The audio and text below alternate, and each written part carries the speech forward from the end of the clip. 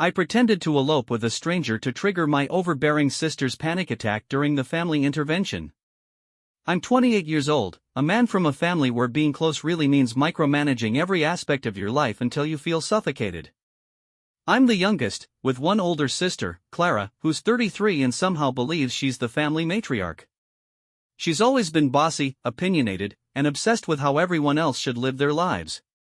My mom is the quiet type who goes along with everything to keep the peace, while my dad is the emotional one. Any disagreement turns into a dramatic display of tears, as if I'm tearing the family apart. I work in urban planning and live 2 hours away in a quaint little town. I cherish my independence and have built a life for myself, a decent job, a cozy apartment, and no roommates. For the first time, I can breathe without someone checking my messages or critiquing my wardrobe. But apparently, that freedom makes me the black sheep of the family. Clara is convinced I'm squandering my life by not settling down with someone she approves of, moving closer to home, and essentially living under her thumb again. They've staged these family interventions more than once. It's not as dramatic as you see in movies, but it's just as calculated. They invite me over for dinner, wait until I'm seated, and then take turns expressing their concerns, translation, ganging up on me to make me feel guilty until I agree to whatever they want. The last time, Clara insisted I move back to help our parents before it was too late. The time before that, it was a full-blown lecture about how I wasn't taking relationships seriously because I wasn't engaged yet. But the last visit was when things really escalated. I had left my phone on the counter while helping my dad with dinner, and Clara read my texts out loud at the table. Nothing scandalous, just some flirty banter with a girl I had gone on a couple of dates with, but that didn't stop her. She even added her own commentary, treating me like I was some reckless teenager. I snatched my phone back and told her she wasn't my legal guardian. My dad started crying, my mom stared at her plate, and Clara said I needed to grow up. After that, Clara called me and said the family wanted to have a structured talk about my lifestyle the next time I came home, as if I were some project they needed to fix. That's when I decided, fine, if they want drama, I'll give them a plot twist so wild they'll never forget it. 2 weeks later, I met Jamie. It was a Friday night, and I was at a local bar with some colleagues after work. Jamie rolled in on a motorcycle, all tattoos and a gravelly voice, exuding that kind of confidence that either leads to your worst mistake or your best story. She sat near us, and eventually, we struck up a conversation. I don't even know why I told her everything, but I did. She listened, and then I said, half joking, "You want to pretend to be my chaotic wife and crash a family intervention?" She laughed so hard she almost fell off her stool, then said, "I've always wanted to play a soap opera villain." That's how the plan began. We decided to fake an elopement, showing up together uninvited to the structured talk and dropping the news like a bomb.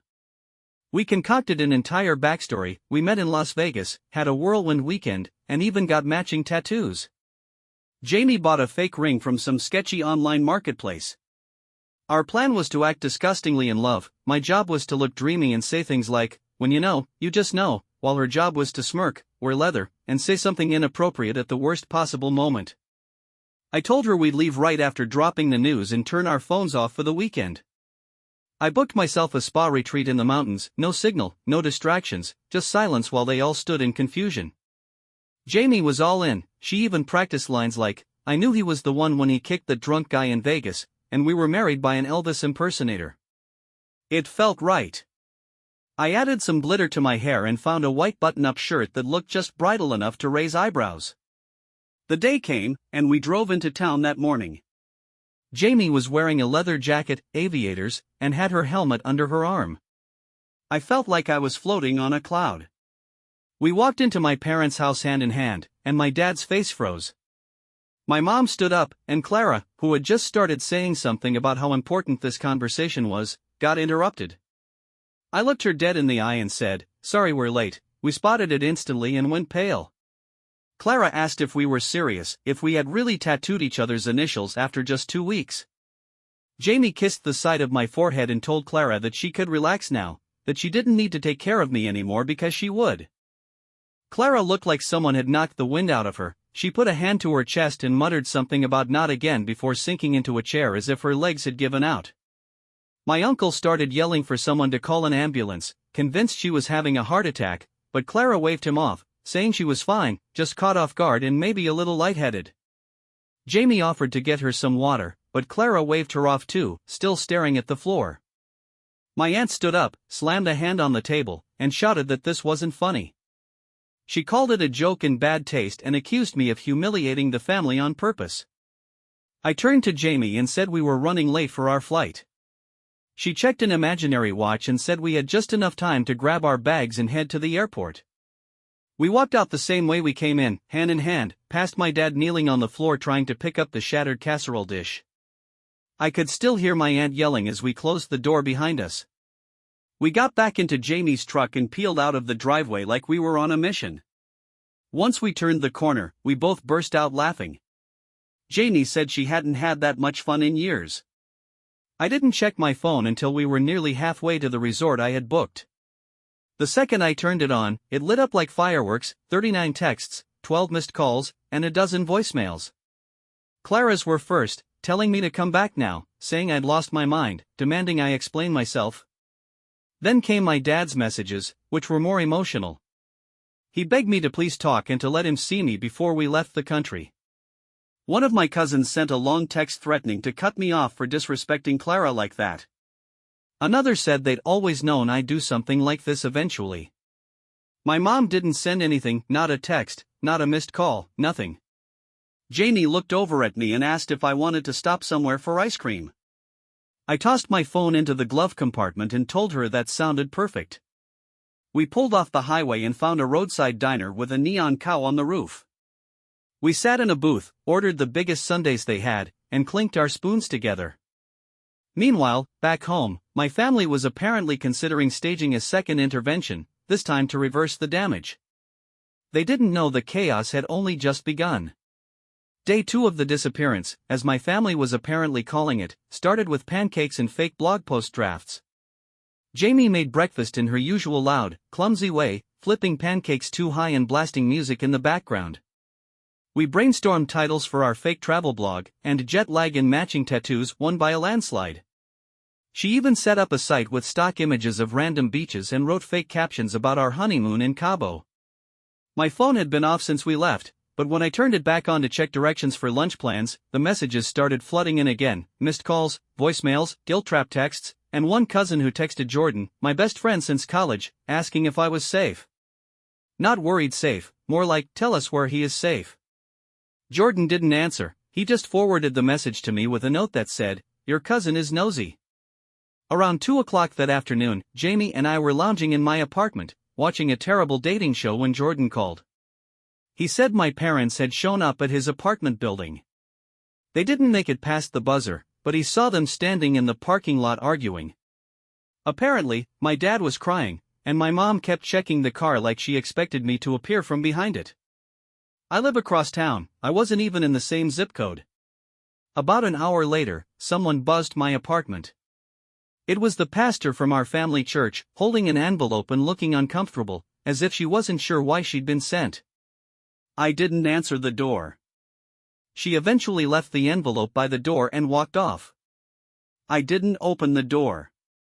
A few minutes later, I saw through the peephole that she'd slipped something under the door and walked away. I waited until she left the building, then picked up the envelope. The letter inside was handwritten by my dad, not typed, not printed, full-on old-school pen and paper.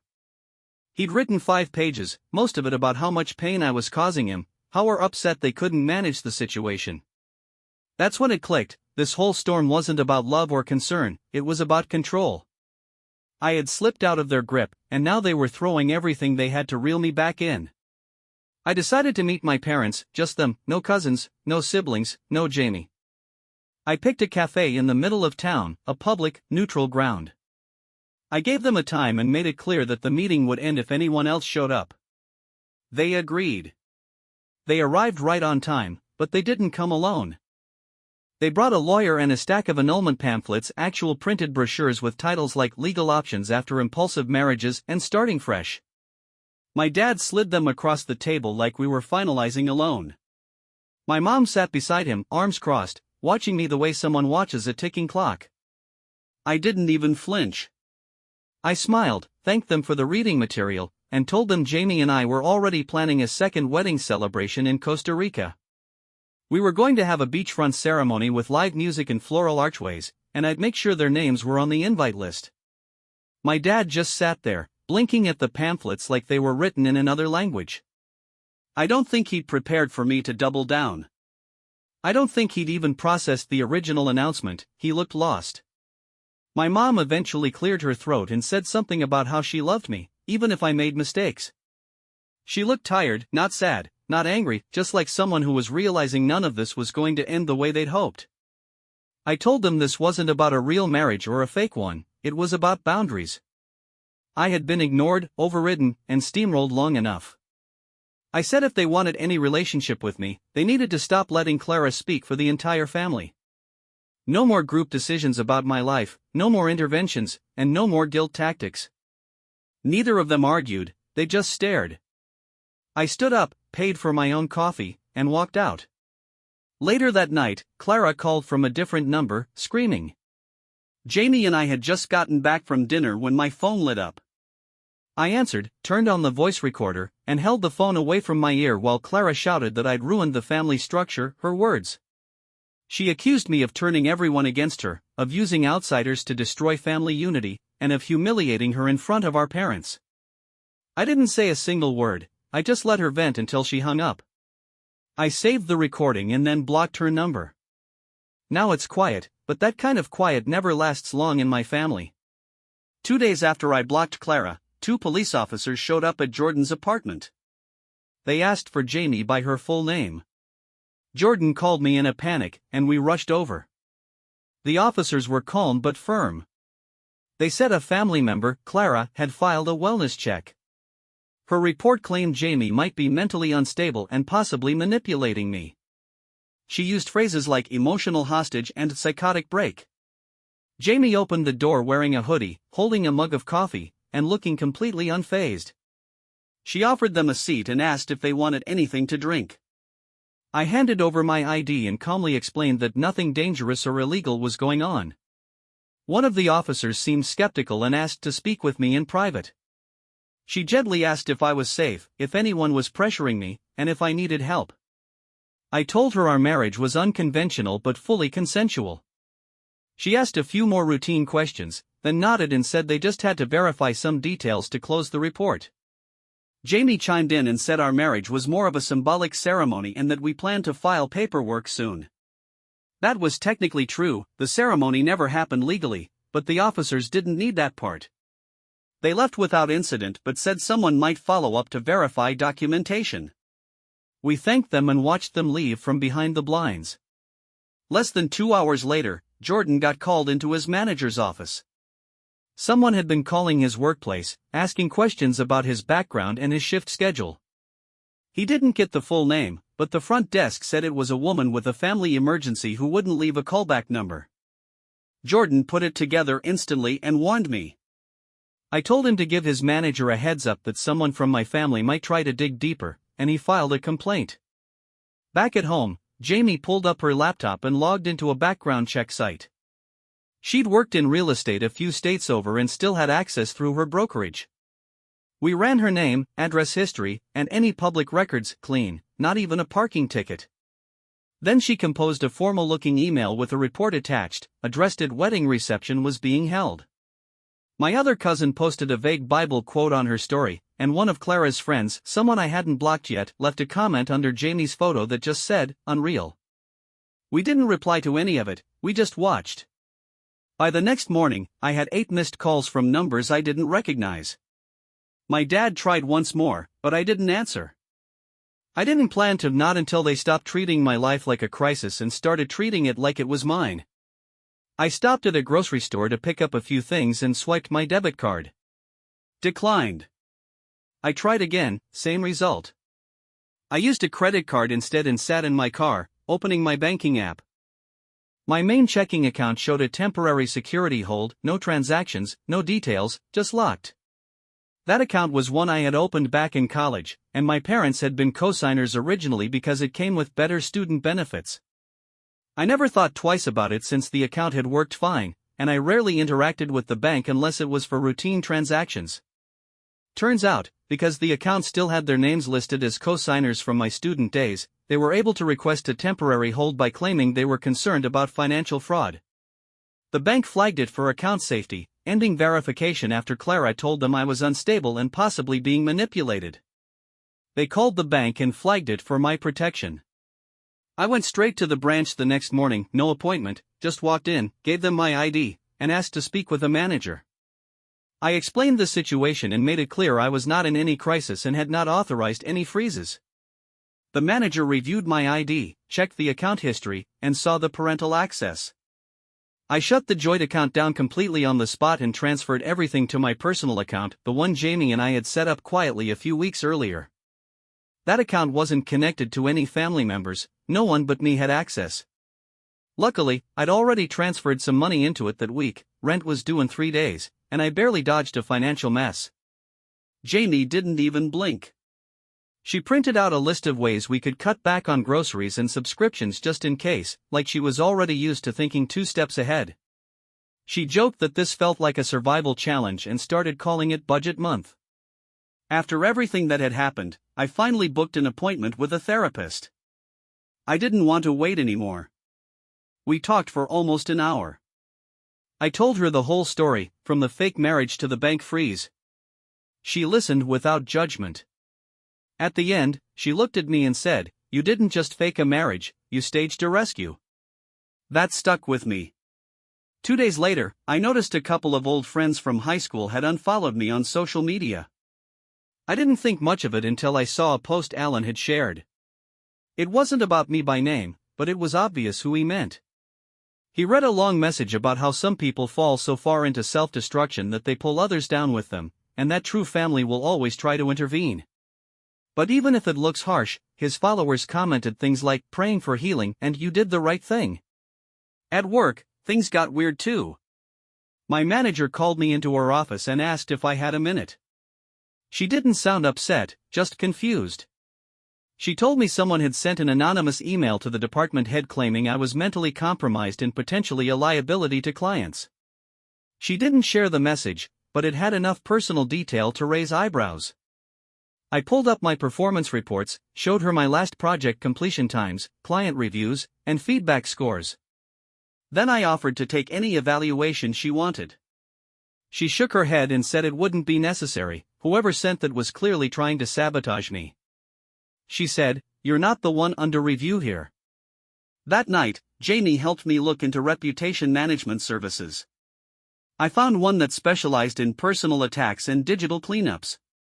We scheduled a call, and they helped me start a digital trail to protect myself, search filters, monitoring alerts, and steps to report coordinated defamation. As one final move, I posted a redacted clip from Clara's last voicemail online. I cut out names, removed location hints, and posted it on a subreddit focused on toxic family dynamics. The recording was only 30 seconds, but you could hear her screaming, accusing me of destroying the family, of saying I'd let a stranger corrupt my mind, and that I was no longer one of them. I shared the clip anonymously on a subreddit focused on toxic family dynamics. The feedback was instant. People called the voicemail unhinged, disturbing, and controlling. The top comment said, "She sounds more like a dictator than his sister Clara had taken things that far, digging through old memories, rewriting our relationship, and feeding into someone from my past." It was a whole new level of messed up. We went ahead with the party. It wasn't a huge event, just about 30 people, mostly friends and coworkers who had watched this whole thing unfold in real time. The venue was a rooftop lounge decorated with white string lights and gold table runners. A friend brought cupcakes instead of a cake. Jamie wore a dark green button-up shirt and joked about learning to dance just in case someone made a toast that required it. Everything was going smoothly, people were laughing, taking photos under the arch one of Jamie's friends had built out of spare wood and fake ivy. Then, halfway through one of the toasts, the elevator dinged. The doors opened, and out walked Clara, my dad, and Danielle. The room went quiet, you could hear the clink of a fork being set down. Jamie was the first to react. She walked straight to the mic and said, "Well, we've got surprise guests. Let's welcome them to our little rebellion." People laughed nervously.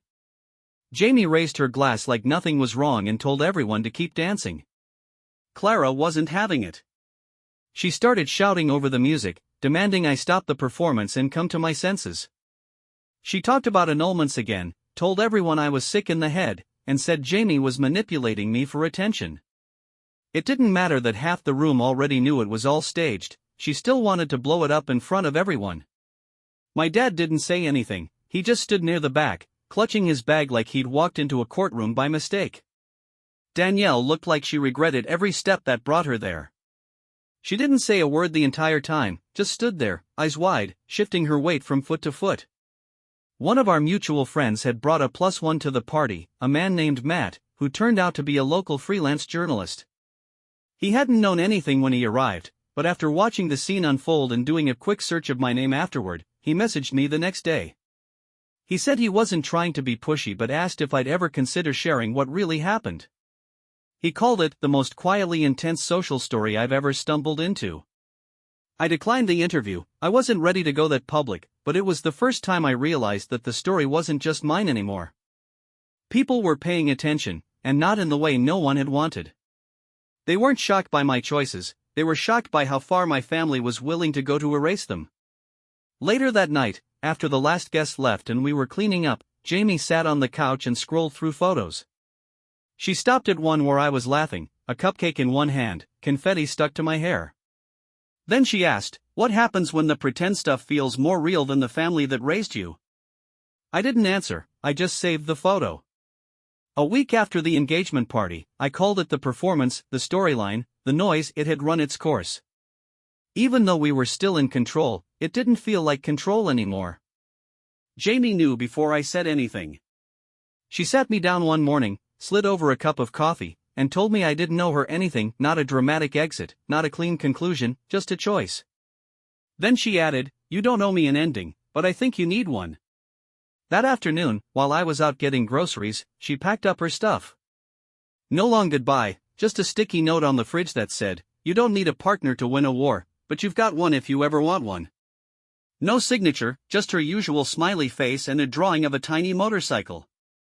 I deleted all my social media, changed my number, and turned off everything for a while. I left town with no destination, just a week's worth of clothes and a rental car. I stayed in a cabin, walked trails, and cooked food that didn't come in takeout containers. I didn't check messages, I didn't call anyone. When I came back, I sent a text to my parents. It was one sentence: there was no marriage, but the betrayal was real. No one replied for a few days. 3 weeks later, I got a call from my Uncle Cam. I hadn't blocked him, mostly because he'd stayed out of the events. He told me Clara had flown to another state with her boyfriend and gotten married, no notice, no photos, just a quick elopement. According to him, she told the family she wasn't letting anyone ruin her story too. Apparently, she wanted to prove something, telling people, "At least my marriage is real."